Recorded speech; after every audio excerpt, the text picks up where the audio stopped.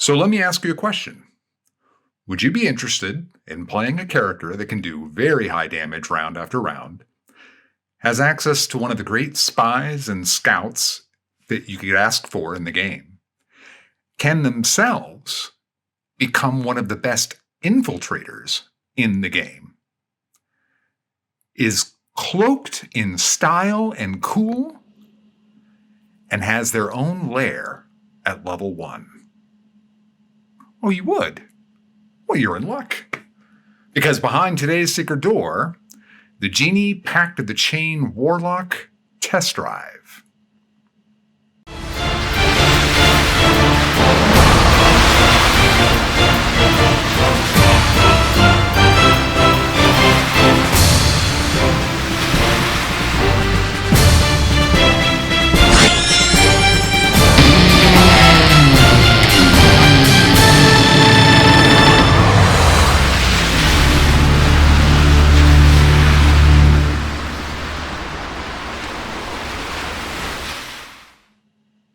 So behind today's secret door, the Genie Pact of the Chain Warlock test drive. This is Secret Door, a channel devoted to in-depth discussion about Dungeons & Dragons. My name is Matt Morich. All right, well, a test drive is exactly what it sounds like. You would not buy a car if you did not take it for a test ride. At least I hope you wouldn't. And for playing Dungeons & Dragons, you shouldn't have to commit to playing a character by just reading what's in the player's handbook and having to take your best guess of whether it's going to work for you or not. And we can read things online and do a lot of research,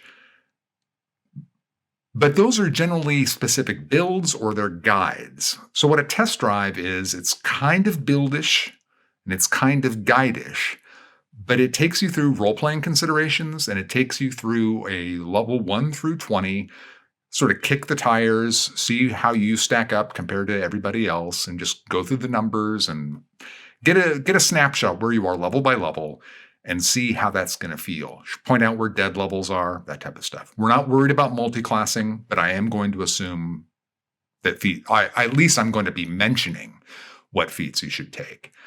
So this is a good time to point this out. This is not a standalone video. This video will be in 2 parts. This level will cover the role-playing considerations and then take us through level 1 through level 8.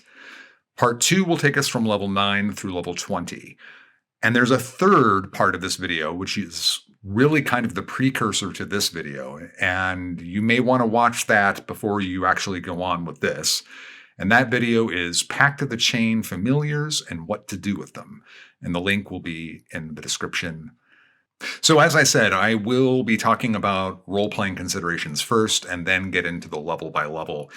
If what you're interested in primarily is the level by level, or if you want to refer to the video later to hear again the level by level, I'll either have a timestamp or I will pin it in the comments of where that part of the video begins. Okay, this is as good a time as any to make a minor confession. I am not what you would ever call a Warlock guy. I played through the playtest of 5th edition, and I've never, ever thought of playing a Warlock. It was inconceivable to me, really, because I kept looking at the Warlock and just thought, why? Why would I ever do that to myself? Why would I play a character that has 2 spell slots and is a caster when I could play a wizard or a bard or a cleric or a druid or, whoever, sorcerer? I could play any of those characters and have all the spell slots you would expect. Or if I wanted to play a handicapped caster, so to speak, I'd play a half caster. But it turns out, of course, I was wrong. I had evaluated the class wrong. You don't evaluate a warlock by comparing it to a full caster, because they're not full casters, not really. They're mechanically unique. What you compare a warlock to is a martial class. Now, in that sense, the warlock makes a lot more sense to me. It just took a long time for it to get through my thick head. But once it did, I look at the warlock very differently, and especially with this particular patron pact combination, I think it's a pretty exciting idea. A very exciting character to play. Now, what the Warlock is optimized for is cool. The Warlock is just dripping with it. It's dripping in style.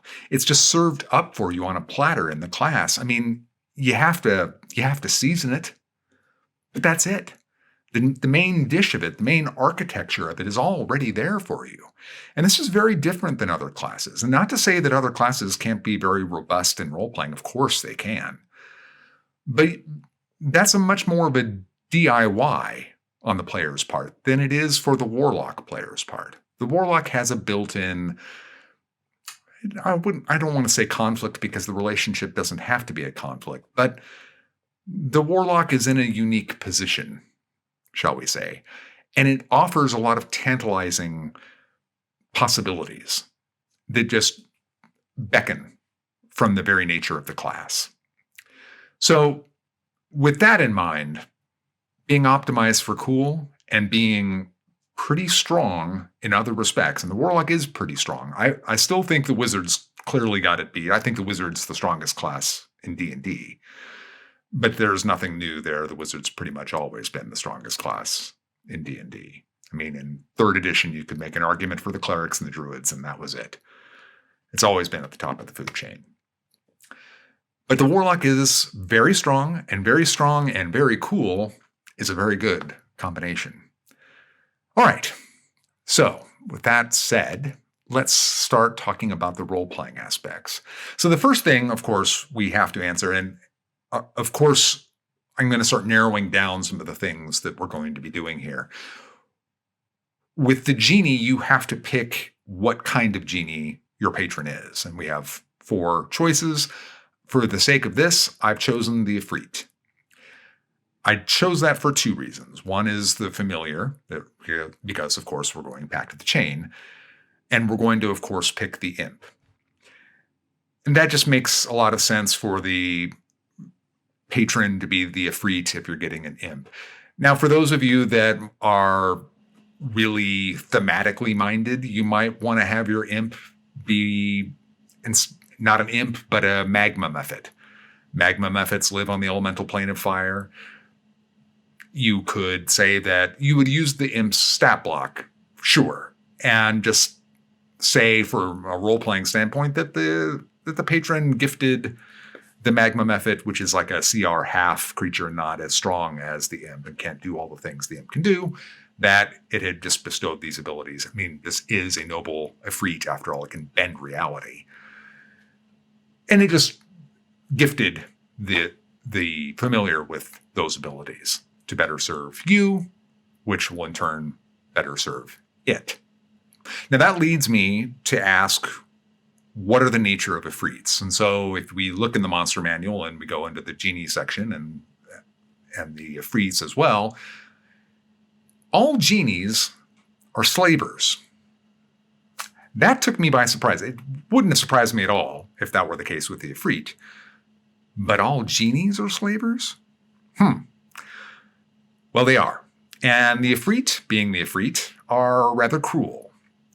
Now, all Genies, however, have a very strange relationship with their slaves. They aren't necessarily cruel, and it does say this about the Ifrit, that they're not cruel to the point to their slaves. They're not cruel to their slaves to the point of their slave becoming useless for that. But they kind of prize their slaves. And I get the sense when I read those entries that the slaves are more of a status symbol. It's almost like a deity worshiper relationship. And it's very clear that they're not interested in being worshipped like a deity would be, but that they do like being flattered and worshipped. And the Ifrit are vain, they're cruel, they're arrogant. So we have the basis there for a very interesting patron. So this is a very, very powerful entity. And your relationship with your patron is going to be really important. Now, how often your patron is involved is really up to your DM. But what I want you to think about, and Xanathar's has these entry points for role-playing, asks basic questions, and one of them is, what is your relationship with the patron? But I would say that this is also a two-way question. What is your patron's relationship to you, and what is your relationship to your patron? Is your patron disdainful of you? Okay. Does your patron hate you? Does your patron love you? What about you? Are you disdainful of your patron? Do you resent serving your patron? Do you love your patron? Do you hate your patron? And I'm not trying to suggest that you have to have this all worked out and how the relationship is how it's always going to be. It could change. Relationships change. Maybe you start hating your patron, but you begin to realize that not so bad. Not so bad. And maybe the same way with your patron in their relationship to you. It could change. It could very easily change, especially if you refuse to do the things that it asks of you, for example. But whatever it is, whatever your relationship is, get an idea of it. Have a jumping off point of where you want it to at least start right from the get-go. Just an idea. So the next question is, at least in my opinion, is why? Why did you sign on the dotted line? Why are you a warlock? Why are you serving a noble Ifrit? Noble Ifrit are lawful evil. And some people don't like alignments and all that. I'm in the camp that I've been playing too long. I like alignments in D&D. I don't view them as all people who are lawful evil do this and all people who are lawful good do this. I think that's dumb. But as a framework, a basic guideline, because I think it's dumb, I should point out, because let's say I was lawful good, Matt Morich was lawful good as my alignment. Well, assuming that that's true, I've certainly done things that wouldn't qualify for your classic lawful good person many, many times. So if it's happening for a real person, it's going to happen with fantasy made up people that don't have the weight of their decisions really weighing on them. You're going to do things. So your patron isn't defined by their alignment. So just because they're lawful evil doesn't mean that whatever your immediate impulse is of a lawful evil thing, that doesn't mean that has to be characterized that way. So why? Why did you do it? Why did you sign? That's an important question to answer. The most common answer for most warlocks, why they signed? For power.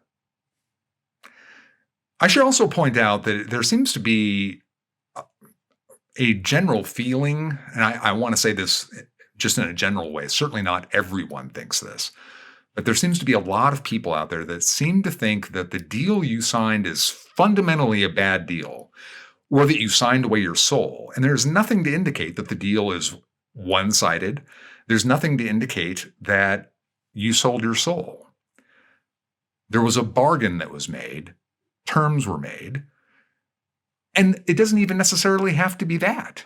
Maybe the power was given to you simply as a gift. You know who gave it to you. They said, here you go. And the terms are just very simple. Just these are the things I want done. And just go do your best. It could be that simple. So it doesn't have to be this very strict, structured contract thing. But if it is, and a lot of people like that, and I think that there's a lot of interest in having it be complicated. I like having complications for my characters. So I would be inclined to have a deal that was a little bit to my disadvantage sometimes. Not all the time, because that gets tedious. But sometimes that it's not the best deal for me. I wish I didn't have to go do this. So why am I doing it? Why did I sign? Was it for power? We're talking about a genie here, a noble Ifrit, someone that can grant wishes. Did it promise you a wish? It might have. Maybe there's something only a wish could do for you. Or maybe you just liked the idea of being able to get a wish. And the arrangement was that for a set term of service, at the end of that service, you would receive a wish. But let's go back to the slaver idea. This one, I think, has some promise because it's just so wrapped into the nature of the genie. It's part of the genie culture. Now, what's interesting about the Ifrit is in their section, it mentions that they are raiders, slave raiders on the material plane. So what if your character got snatched up in one of these slave raids, gets whisked off to the elemental plane of fire, goes to the city of brass or wherever your noble genie lives. They're lining up the slaves before the noble genie or the noble Ifrit, and you catch their eye. And a bargain is offered to you, whatever that bargain is.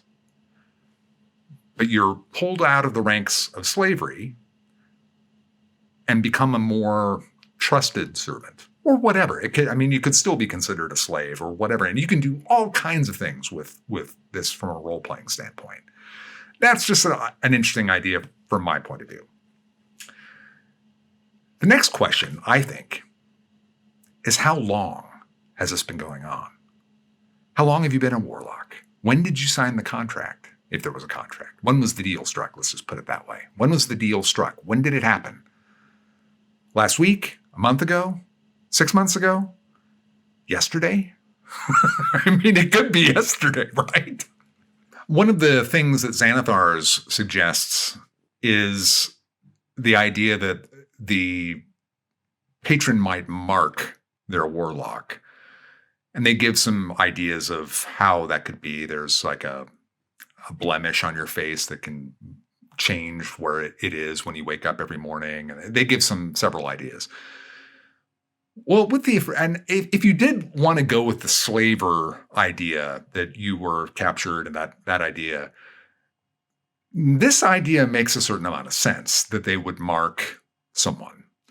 So just throwing this out for the genie specifically, strength is probably not a big stat for you. You're probably putting a 10 on there or maybe an 8 for your strength.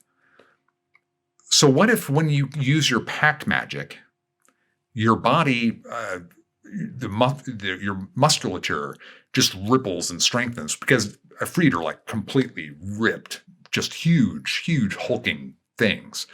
That while you're casting, everything the muscles swell, or maybe it's just like an image of it, an illusory image of it swelling, or maybe when you're using the pact magic, your visage changes to something similar to the Ifrit. Now, I wouldn't do either of these things when you're just using Eldritch Blast. I would save it for leveled spells, maybe the Mystic Arcanum ones as well. Okay, so the last real consideration here for this warlock from a role-playing standpoint is, of course, your familiar, the imp. Now, I go into some length of why I think you should take the imp in the other video, but we're just going to go with the imp here. If you are dead set that you want to use another familiar, that's fine. Do whatever you want to do. I think that the imp is a good fit from a role-playing standpoint for this patron, and it's also, of course, mechanically just the best. It just is. So from a role-playing standpoint, though, not the mechanics, the role-playing, you're going to have a relationship with your imp. The same questions you were asking about the patron, you should be asking about the imp both ways. So the primary one, of course, is how does your imp feel about you? Does it resent having to serve you? Is it delighted to serve you? Maybe it looks at this as like a vacation. Maybe it's itching for a promotion. And it's hoping that by serving you, who seem to be favored, this will be great. I can get ahead. Maybe it is vying for promotion in a different way. Maybe it's wanting to report on your bad behavior and hoping to gain favor with the patron that way. And I think that it's important, especially when you have a patron that's lawful evil or whatever, to have that element that you never know for sure whose side the imp is really on. And it's not a question, for example, of if they're spying on you or serving as a spy, it's simply how much are they serving as a spy. So you have a lot of depth of possibility with this familiar from a role-playing standpoint. And your feelings about the imp, how do you treat the imp? Do you treat it with respect? Do you send it into suicide missions and not think twice about it? Or do you worry over the imp? That you don't want it to die. You don't want it to suffer. Maybe you're trying to curry favor with it so it doesn't rat you out to the boss. And that's another question to ask, is who is going to play the imp, really? I mean, obviously in combat, you're going to. But from a role-play standpoint, do you hand that over to the DM? I think that's more interesting because who wants to just be talking to themselves? So, but answer that question.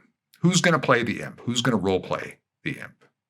I think it'll be much more interesting if the DM does, but that's your call. It's your character. Now, before we get into the mechanics, this is not a build. It's build-ish. So I'm not going to tell you every spell you're going to select. We're not going to worry about backgrounds and skills and all that. That is up to personal taste.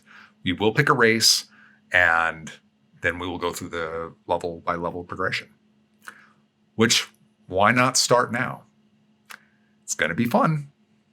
All right, so before we even get to level 1, we have to pick our race. And we're going to go with the custom lineage race from Tasha's. So you get to pick whether you're small or medium in size, and that will not affect your movement speed. That's going to be 30. You're going to get +2 to an attribute of your choice, which of course we're going to pick charisma. And you get a feat, and you get your choice of dark vision or a skill. For the purposes of this, I'm going to assume you're going to take dark vision. It's also going to save you taking Devil's Sight as an invocation later, so it's a good idea to take it. Yes, I know Devil's Sight is way better than dark vision, but dark vision will get the job done. So we get a feat. Now, there are a lot of good feats that you could take. The first one I'm going to mention of the things that were in contention in my mind. I'm not even believing I'm going to suggest that this would be a good one, but for a Warlock, I think it is. And that's Spell Sniper. In general, Spell Sniper, it doubles the range of your spell, which is great. You get a cantrip, which has to be an attack cantrip, which would, of course, be Eldritch Blast, which would save you from having to take Eldritch Blast from your Warlock cantrips. But the most important thing, of course, is that you are ignoring the penalties for most cover. That's great for a character that's relying on Eldritch Blast. But I think there are ways that this character can get around that at mid-levels. So we're not going to go with Spell Sniper. The next ones would be either Resilient or Warcaster for concentration saves. They're both really nice, but I think we have another way of dealing with that as well. So we're not going to go that. We could go with Lucky, which is a fantastic feat. Fantastic, and it could be used to help us with concentration saves or any save. And as much as I like the feat, we're not taking it here. We could take Inspiring Leader, which is a fantastic feat. I love this feat, especially for a charisma character. And we will take it, but not just yet. The feat we're going to take is from Tasha's, Fey Touched. Fey Touched gives you Misty Step as a spell that you can cast once a day, basically for free. It doesn't use a spell slot. And one spell of your choice from the divination or the enchantment schools of any spell list. Hex is one of those spells. So you're going to take Hex for that spell, and you're going to get access to Misty Step when you're 3rd level. Misty Step is a fantastic spell. And of course, the other great, if that weren't good enough, you get a +1 to one of your mental stats, which of course we're going to take for charisma, which means that at level 1, if you put your +2 to charisma and this +1 to charisma, you could have an 18 starting charisma, which is what I'm going to assume for this test drive. That means that you're going to be hitting slightly ahead of the curve all the time, the game is assuming that you're going to have a 16 in the stat, not an 18. So my average damage per round calculations are based upon that assumption, at least for the first 3 levels, that you're hitting slightly ahead of the curve. So level 1. Now, level 1, frankly, stinks for Warlocks. You get 1 spell slot. You don't have your invocations yet. Did I mention you have 1 spell slot? And yes, I know that they recover at a short rest, of course, but you have 1 spell slot. It's not fun. Because guess what that spell slot's probably being burned on? Hex. So you cast Hex and you're done until you get to a short rest, and it only lasts an hour, so it's immediately going to go for Hex again. And if you lose it, well, then you lose it. Thankfully, of course, you've got that extra casting of Hex. It's only going to be a first level casting of Hex, but it's an extra casting. And that, at first level, is invaluable. So you're going to have a little bit more luxury than your run-of-the-mill Warlock would have. Or a pre-Tasha's Warlock, I should say, really. I can imagine most Warlocks taking Fey Touched. Or a lot. But what we're here for really is what the patron gives us at level 1. You get 2 things. We'll start with the smallest one first, and that's Genies Wrath. Genies Wrath gives us a bonus that we can apply once to damage, equal to our proficiency bonus if we hit with an attack roll. It could be spell attack roll, obviously. But that's important to note, so it won't work with things like area of effect spells. It won't apply then, only on spell attack rolls. But that's nice. And, at this point, a +2 to damage, especially at level 1, +2 is a lot, actually. So nice, very nice. But what we get is we get the Genies Vessel. And the power we get with the Genies, and the Genies Vessel acts as a spell casting focus for you. You can pick what the vessel looks like. It gives you 6 different things that it could look like in Tasha's. I would go with the ring. First of all, for a ring being your spellcasting focus is mighty convenient. And genies, at least in D&D, mostly come out of rings. So I like the idea of the ring. And for the purposes of role-playing, I would make it brass. There's the city of brass. That's cool. What we get is bottled respite. Whatever your vessel is, doesn't have to be the ring. It doesn't have to be brass. We get bottled respite. Bottled respite. Okay. You can vanish into your Genie's Vessel, which is an extra dimensional space that is 40 feet in diameter. They say 20-foot radius, but I think it's more effective to think of it as 40 feet in diameter. In this cylinder, there are low tables and cushions and what have you. And a thing that is 40 feet in diameter would give you a square footage of 1,257 square feet. That's like a nice sized 2-bedroom apartment. I lived in a condo on the west side of Chicago for years that was about that size, and it felt pretty big. So this is not some I Dream of Genie thing where you can basically stretch out and that's as best as you're going to do. No. Big area. So you can vanish into the bottle, and you can stay there up to twice your proficiency bonus in hours. So at level 1, you have a proficiency bonus of 2, so 4 hours. I should note that you can hear what's going outside the bottle as if you were there. So you are still aware of what's going on around you. You can't see what's going on around you, and you can't communicate with anyone, but you can hear. So what good is the bottle or bottled respite? Well, obviously you could take a short rest there, and be able to pop back out of the bottle if something were to happen. So this gives you one of the most valuable things a Warlock could ask for. The ability to take a short rest. Because what happens all the time, you're gonna be begging for that short rest. Come on, guys, let's take a short rest. And they're gonna go, no, we have to keep going. Well, if they want to keep going, just go ahead and pop in the bottle. Someone takes the ring or whatever your vessel is, and you take your short rest while they march on. Now, this could be a little bit more dicey in a dungeon, but boy, if you're traveling, I mean, you're in a scenario where you just started your day's travel, you get waylaid by whatever, you burn all your spell slots, and, well, in this case, one spell slot, but this will apply for wherever you are in your career. You'll be able to then go, while everyone wants to press on, naturally, because you're traveling, you can just pop in the bottle and take your short rest while the group travels, carrying your bottle. That's great.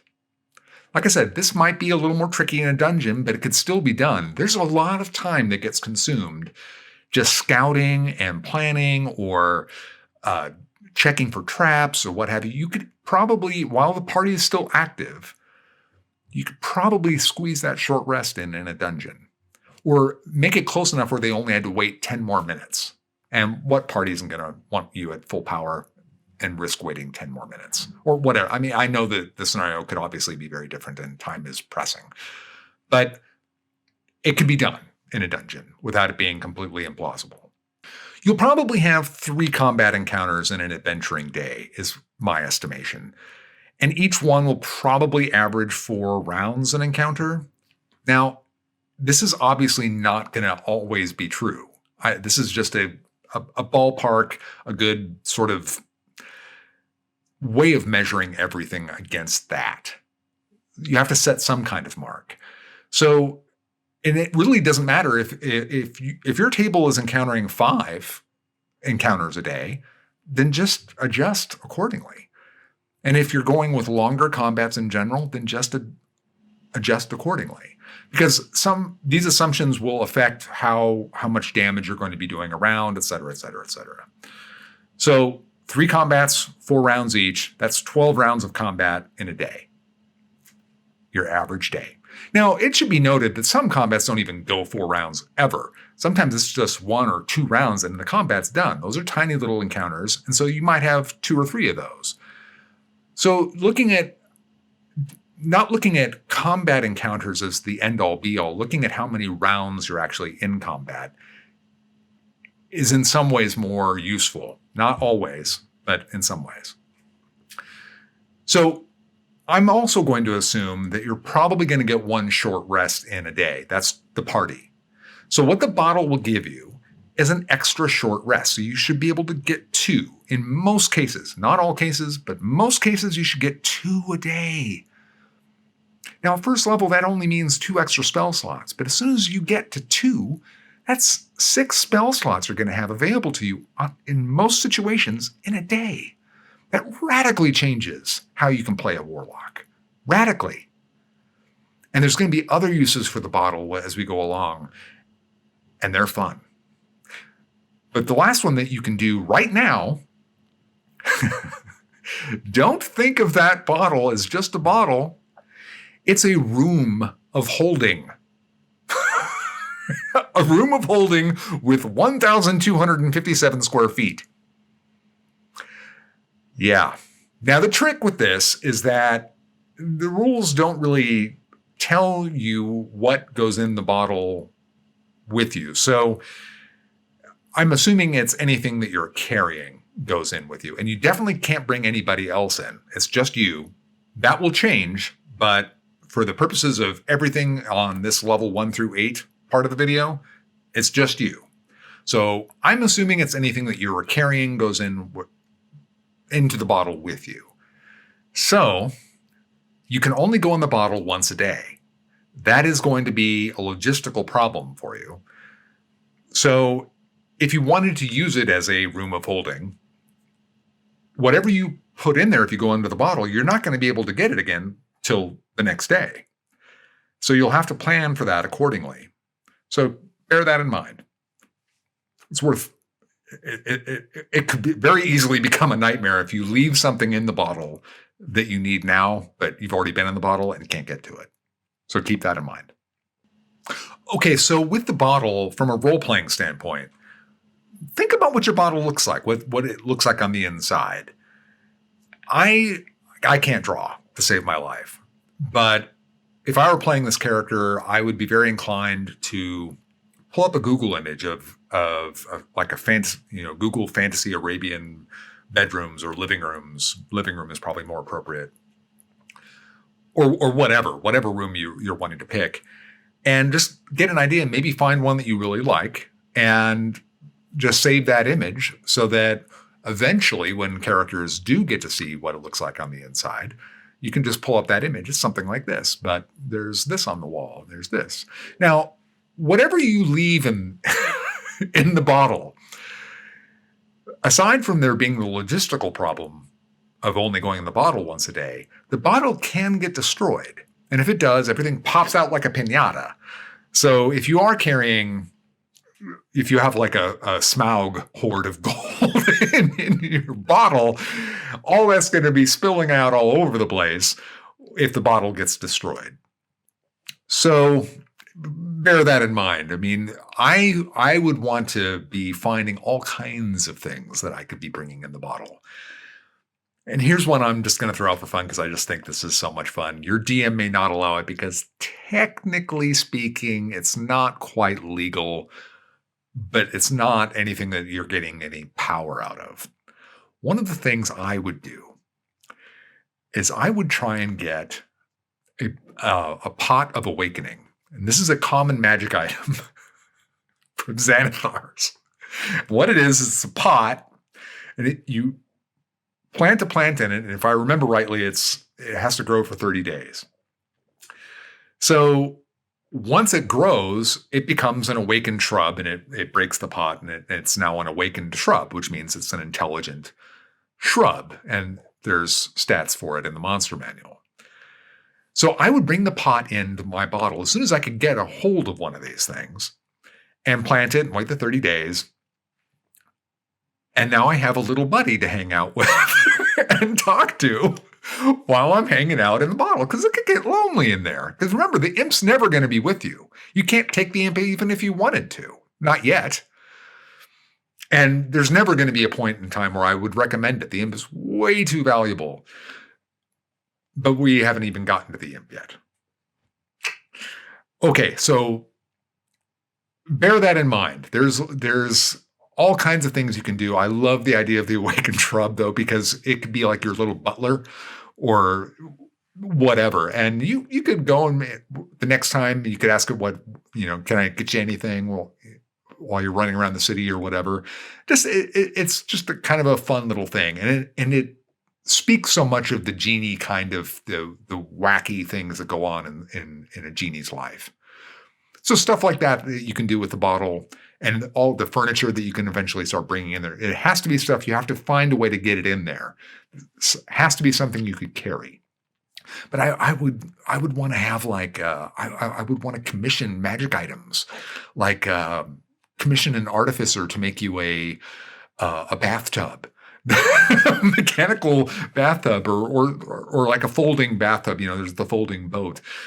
Someone make you a folding bathtub or a figurine of wondrous furniture.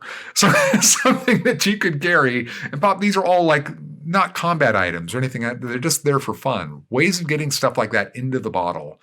And so that you can also take with you if the bottle should break. Now your poor little awakened shrub, if that's it's going to be having to just tag along with you for a while.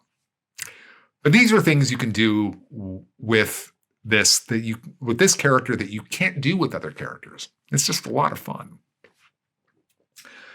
Okay, so level 1, we've got the extra casting. Our average damage per round is going to be 7 per round. That's not awful. It's not great, but it's first level. Nobody's doing a whole lot of damage at first level. Second level is a big level. And this class, this Pact Patron combination and the class has a lot of great levels in it, especially these levels 1 through 8. Second level is a big level for all warlocks because now you get 2 spell slots and of course you get your invocations. And the invocations we're going to take at second level are of course going to be Agonizing Blast. And we're going to take Eldritch Mind, which is from Tasha's. Eldritch Mind gives us advantage on our concentration saving throws. That's enormous. That's just super, super powerful.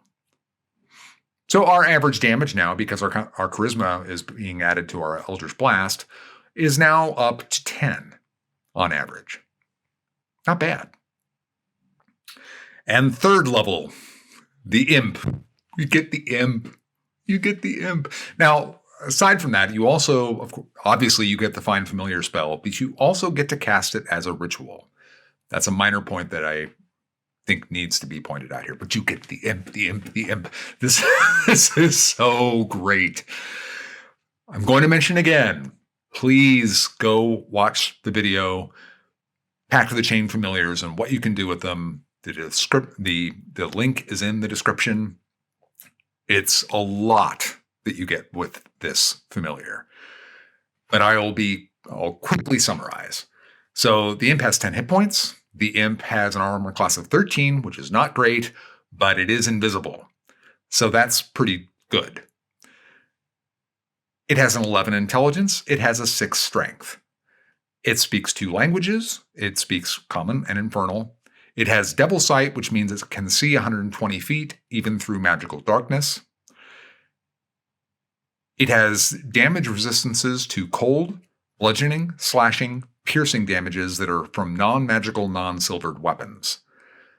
It is immune to fire and poison damage, and it is immune to the poison condition. It has an attack.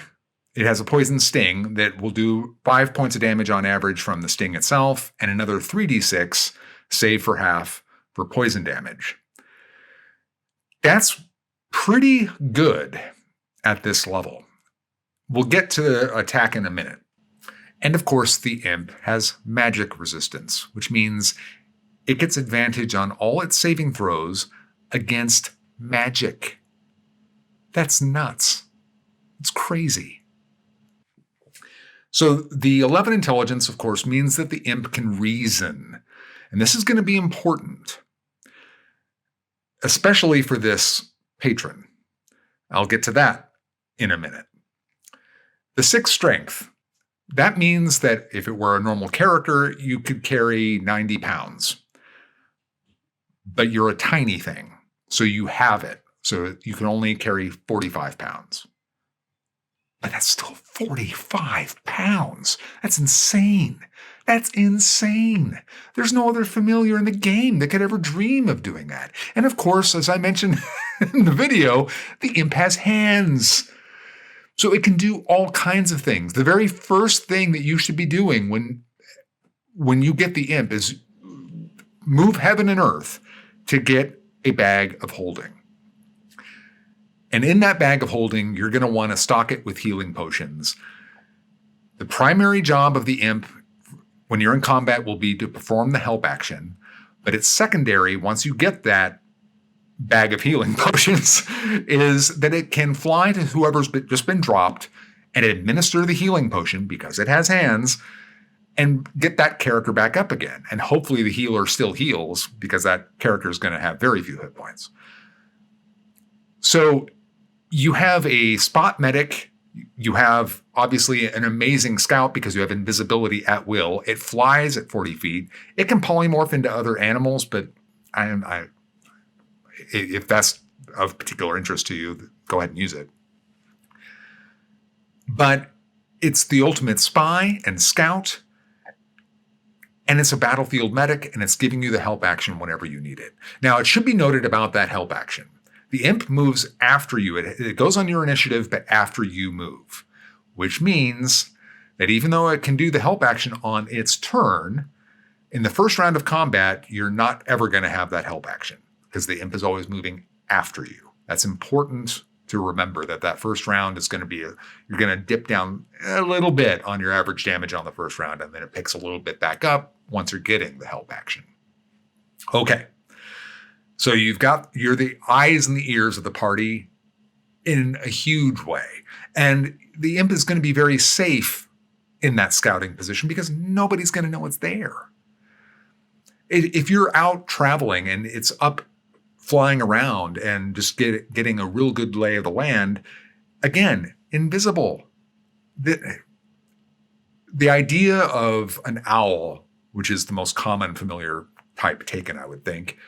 Flying around a dungeon and being safe in a dungeon, an owl flying around, that familiar is probably going to get killed a fair amount of time. Not all the time, of course, but a fair amount of time. It's not going to happen to the imp. And at low levels, the imp can take a shot. And we're going to, especially because it has that damage resistance. So think of that 10 hit points as being effectively doubled. And of course, we're going to help the imp because we like the imp. We want to keep the imp. We don't want to have to spend the time casting a ritual if should the imp die, if nothing else. Because what's going to happen while you're doing that ritual? Everyone's going to take a short rest. And you want that short rest too. But for all the obvious reasons, you want to keep the imp alive as much as possible. All right, so it's the eyes, it's the ears, and it's also really, really powerful with the bottle. So you go into the bottled respite. You go into the bottle. Now, when you're in the bottle, your telepathic bond with the imp will be severed because you are on effectively another plane of existence. You're in an extra dimensional space. So that's gone, but you can still hear the imp. And when you go in the bottle, you'll just communicate to the imp that let me know when something, communicate with me if something's happening. I want to know if I need to get out or not. Because you can hear it talk and the imp can talk. That's another great advantage. It just synergizes so beautiful. This synergy between this Pact and Patron is just unreal. Unreal. Okay, so now you've got your own bellboy or whatever he's carrying you around like luggage while you're in the bottle. It's going to make it much, much easier. But there's another application, of course. It allows you to infiltrate. The imp can carry you, and whatever it's carrying is invisible. And of course, you're flying. So now at level 3, you got all that with the scouting and everything else, and the spying and all that, and all the hijinks you can get into as an imp just by having one, regardless of what your patron is. But because your patron is the genie and you've got the bottle, your imp can now effectively enjoy that invisibility from the imp. So for your second level spell, I strongly suggest that you take invisibility right away, as soon as possible. And here's why. So you get in the bottle and you're going to infiltrate, let's just say a castle. Someplace that's a hard target that you wouldn't even think about doing otherwise. But because you can do this, you're thinking about it. So you get in the bottle, the imp carries you, flies over the wall, into the castle. You go wherever it is that you're wanting to get to. You get out of the bottle.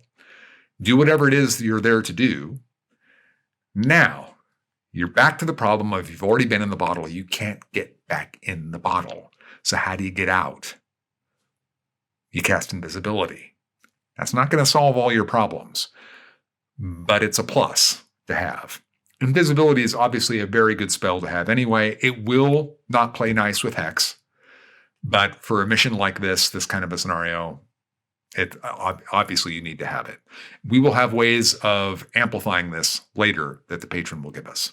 But right now, this is a really, really strong choice. I would also want to take Mirror Image, and I might want to take it second level. You have to pick it even though it's from the patron spell list. It doesn't become an automatically spells known by you. I hate Scorching Ray in general, but you might want to take Scorching Ray at second level because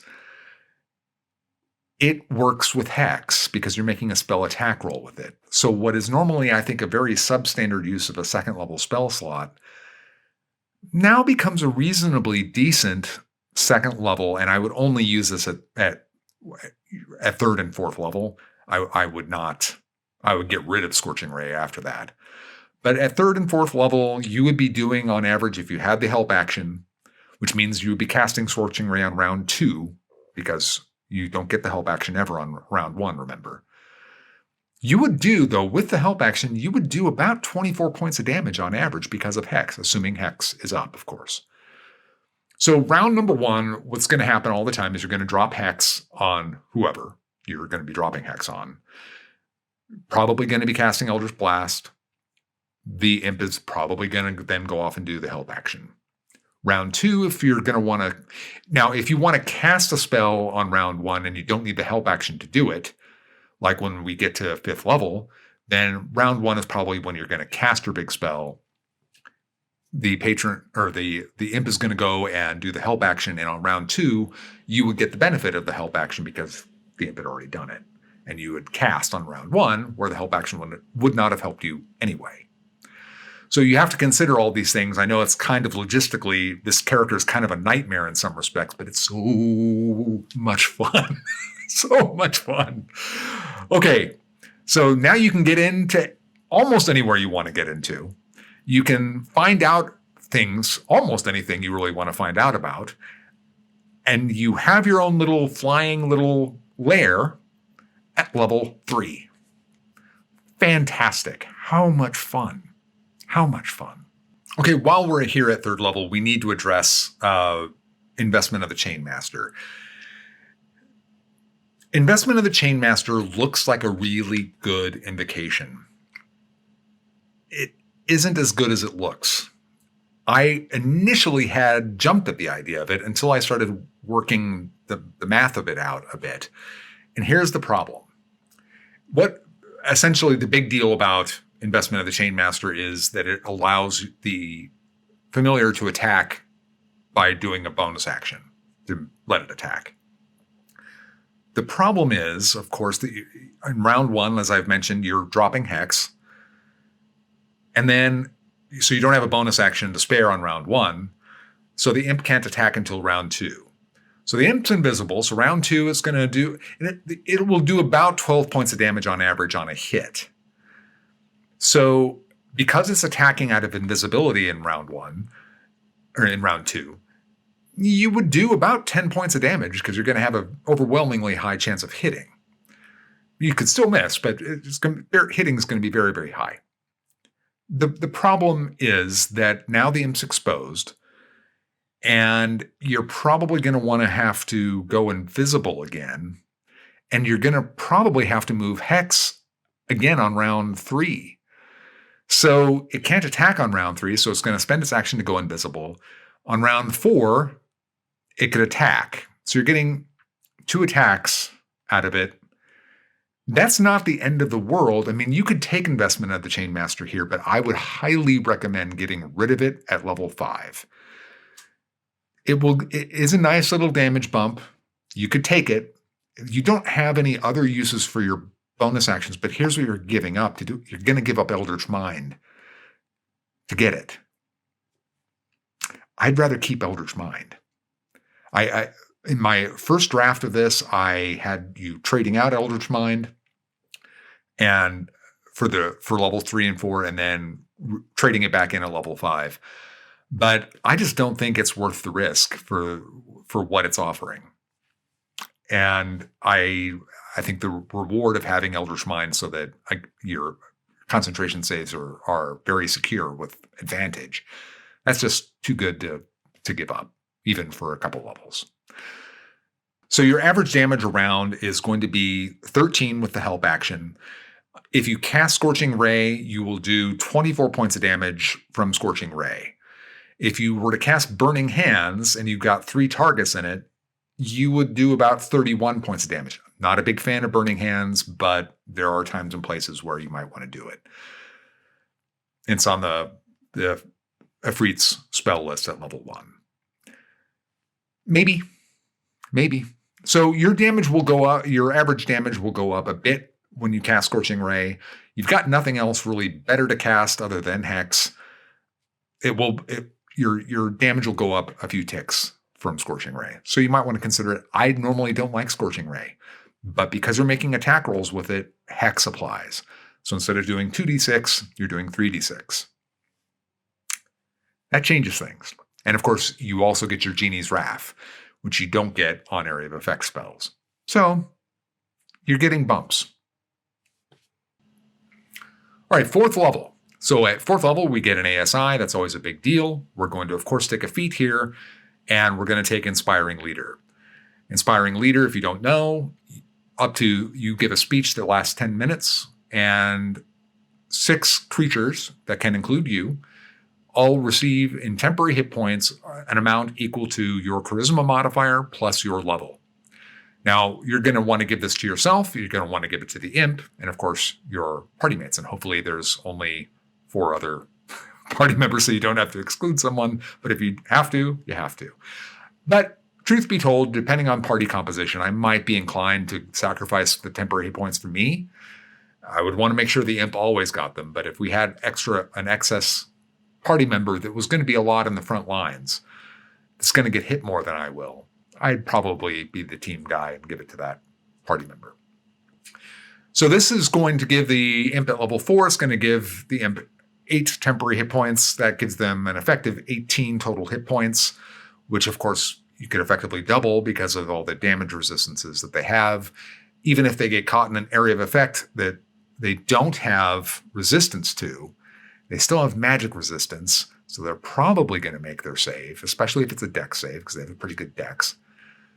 So your defenses are now shored up very nicely for the imp. I still wouldn't want to put it in harm's way, but it's much more secure now than it was last level. Okay, 5th level.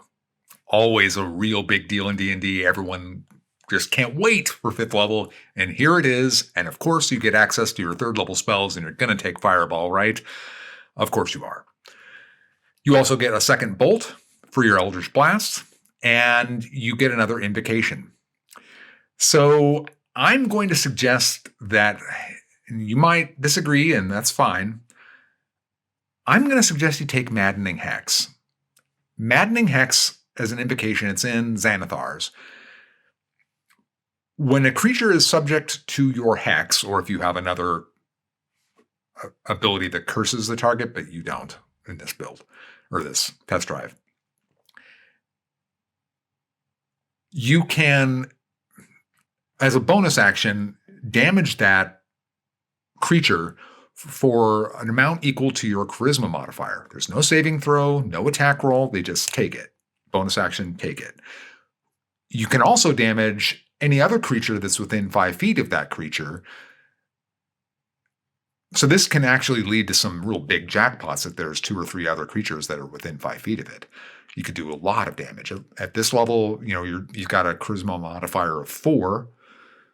If there were 2 other creatures, that would be 12 extra damage you're dealing. But I'm going to assume, for the sake of calculations, that there's going to be 1 other creature next to that creature half the time. So you'll be doing 1.5 times your charisma modifier in damage. I think that's a pretty realistic expectation. There's another problem with Maddening Hex, and that is that you have to be within 30 feet of the target. But you've got Misty Step, if you remember. So you've been able to cast that since level 3. So if you are in a situation where you were close enough to be able to do Maddening Hex, but then now they get up on top of you, well, I mean, it's a bonus action to get out, which again is not going to play nice with Maddening Hex. But your job is to do damage, like I said before. Maddening Hex does that. You're probably only going to get to use it twice in a combat, because round 1, you're going to drop Hex on that creature. Round 2, you apply Maddening Hex. Then you're probably going to have to reapply Hex on a new target in round 3, which means you can apply Maddening Hex again on round 4. And this will, of course, change if combats go longer, but on average, I would count on it probably twice. That's a reasonable amount of damage. It's not fantastic. If you are in a situation where you're hitting 2 targets a lot, it just kind of depends on how your DM lays things out and what kind of encounters you've got.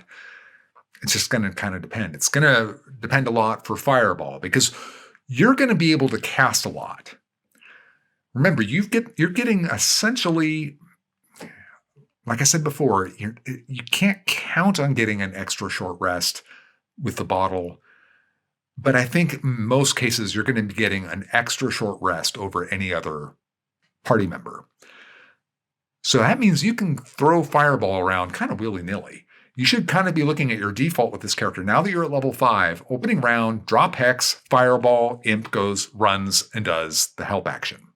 Round 2, you now have the help action and your Eldritch Blasting.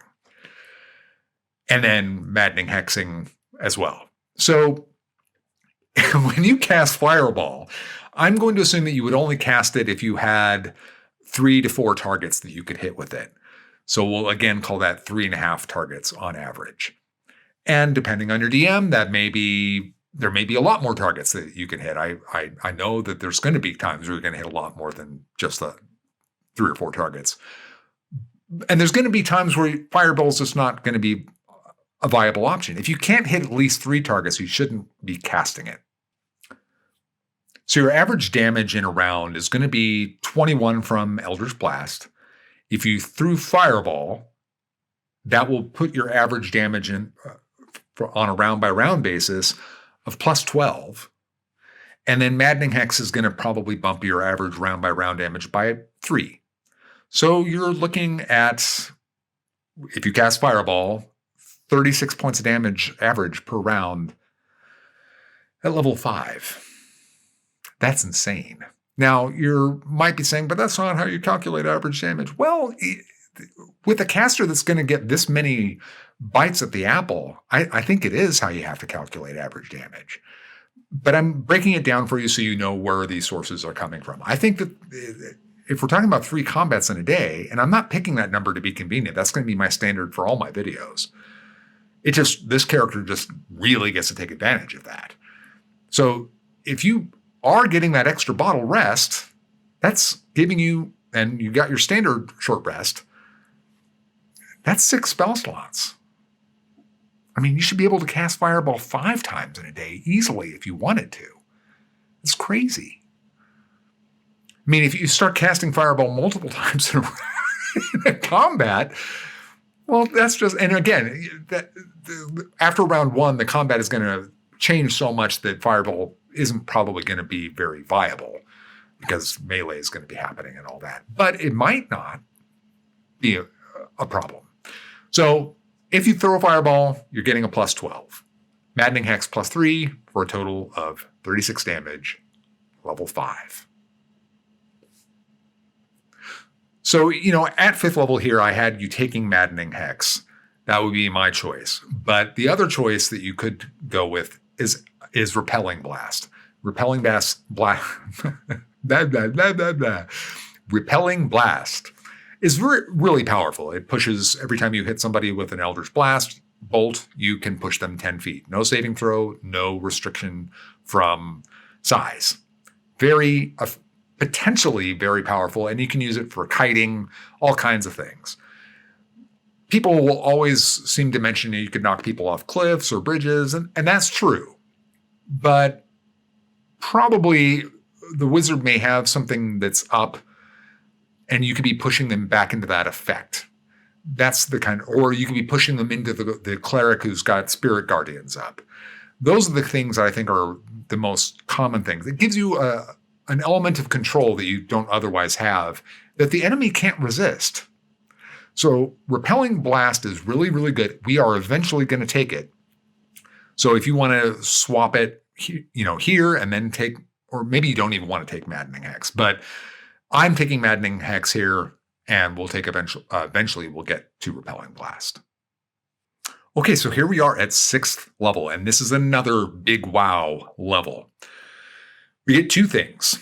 We get damage resistance from, the thing we get is Elemental Gift, which is 2 things.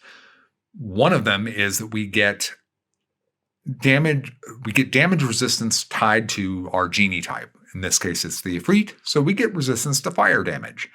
That's pretty good. It's good. Fire's very, very common. Now we're resistant to it. Cool. But then we get to have flight. 3 times, I'm sorry, not 3 times. It's your proficiency bonus amount of times a day. It goes for 10 minutes at a use. Your flight speed is 30 feet, but it's concentration-free flight. That's amazingly powerful. First of all, it plays well with Hex. So in combat, remember towards the beginning of the level by level, I was talking about Spell Sniper and how we're not going to take it, but we're going to have eventually a way of dealing with cover. This is it. So you pop that and you fly, And this will also help with maddening hex with the 30-foot distance problem, because you just fly up over on top of the enemy. This will expose you, so don't do this willy-nilly. If you've got a lot of ranged combatants that can just knock you out of the air, not that smart. But in most cases, you should be able to fly around the battlefield and be able to ignore half cover, that type of thing that's happening from melee. And just, I mean, you could literally be right on top of the person to start raining down Eldritch Blast. And by the way, what does your Eldritch Blast look like? That's another role-playing consideration to consider. You've got a really cool patron. What's it look like? Think about it. So, concentration-free flight, amazing. And now, the bottle is really coming into its full power. Because the bottle trick move, right? You infiltrate, and now how do you get out? So let me restate. I'm sorry. You get in the bottle, it carries you invisibly into the castle. You do whatever you're going to need to do in the castle, and now you need to get out, but you can't get back in the bottle. You cast invisibility on yourself. You pop flight, which is concentration free, so it won't conflict with invisibility, and you fly out just like you flew in at level 6. Super, super powerful. And the other aspect of this that's just so cool is the role-playing aspects of it. I mean, you get an amount of times equal to your proficiency bonus. So 3 times a day, if you know you're not going out adventuring that day, and you wanted to be in the bar, you kind of wanted to be the life of the party, I mean, you are a high charisma character, I mean, you could just pop concentration-free flight and just be floating around. You know, it just allows you to be so Genie. I mean, you could pop them for effect. That's just so much fun. Powerful and fun. What's better than that? So at 7th level, we get another invocation, and of course we get access to 4th level spells. And for our 4th level spell, I'm going to suggest you take Dimension Door. Dimension Door is a great potentially get out of jail card. It's also a get out of jail for another player or their character card. So somebody's in big trouble on the battlefield, you rush over, Dimension Door them out of there. Very, very powerful. Or just from a utility standpoint, oddly enough, because of how you can use the bottle, its value goes down a bit, but remember, you only can go on the bottle once a day. Maybe you want to get to somewhere, but you don't want to use the bottle yet. So having Dimension Door there, and besides, you can still use your slot for Fireball. So having Dimension Door just simply as an option is very, very, very valuable. And there's really no other combat spell that I can see that really calls to me here. Now, for our invocation, I'm going to suggest we go with one that you probably are going to be scratching your head about. I'm going to suggest Ghostly Gaze. Ghostly Gaze allows you to, when you pop it, it lasts for a minute, and solid matter becomes ghostly, and you can see right through it, and you can see for 30 feet. You get it back at a short rest or long rest. So this kind of like becomes just another aspect of highlighting what this character already does so well. You're already being able to see things that nobody else can see through the scouting, through the imp and spying. And now you're able to get through things that maybe you didn't want the imp to open this door, or it would be too dangerous for the imp if the enemy saw the door open. Those types of things. So imagine you're in a very common situation in a dungeon where it's a 2 or 3 branching intersection, all ending in doors. Well, you pop Ghostly Gaze and you take a look what's behind each door, and you make your best choice. It also is outperforming I believe it's a very rare magic item, X-ray, Ring of X-ray Vision. It's rare or very rare. Maybe it's rare. You're outperforming a rare magic item. because you can only do it once a day, and it has limitations of what it can see through. There are no limitations of what you can see through with Ghostly Gaze. So the idea that information is power, and you are now getting that last little edge of giving your party the best chance in every circumstance that you can of being informed of what you're walking into. I like it. There are other invocations that I'll be mentioning as we go along. If you just want another pick that I pick, if you want to put that in here, or just, pick one of whatever one you want. But I'm going to be assuming we're going with Ghostly Gaze here. And I'm picking Ghostly Gaze now, even though we still have Repelling Blast out there that we could take, because I want that information as soon as I can get it. And it's not always going to be super useful, but when it is useful, it's going to be really useful. So I like Ghostly Gaze. So at 7th level, our damage per round is going to be very similar in some respects, but our fireball has gone up a dice. So we're still doing 21 damage on average from Eldritch Blast with the help action. We're still getting +3 from Maddening Hex, but now we're getting a +15 total on our average if we use fireball in that combat. So that puts us at 39 average at 7th level. You are casting fireball, but that's part of what your character could do. It shouldn't be a big, but you have to spend a spell slot to do that. Well, you've got them. You've got them to spend, and you'll be able to. So 39 damage, not bad. So at 8th level, we get our ASI, and of course, we're going to put Charisma up to 20. This is going to make our damage average just slightly different now. So we're going to be averaging 23 points of damage on average with the help action, and we're going to be getting +4 from Maddening Hex.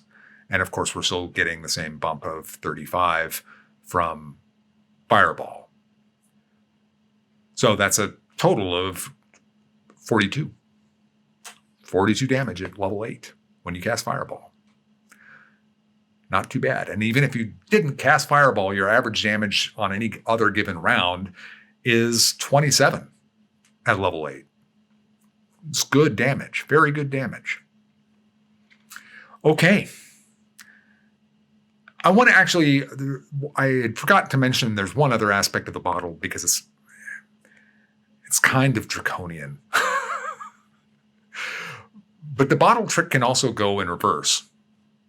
So if the party looks like it's heading for a TPK, you can always just bump right into the bottle, but right before you get in the bottle, tell the imp, get me out of here.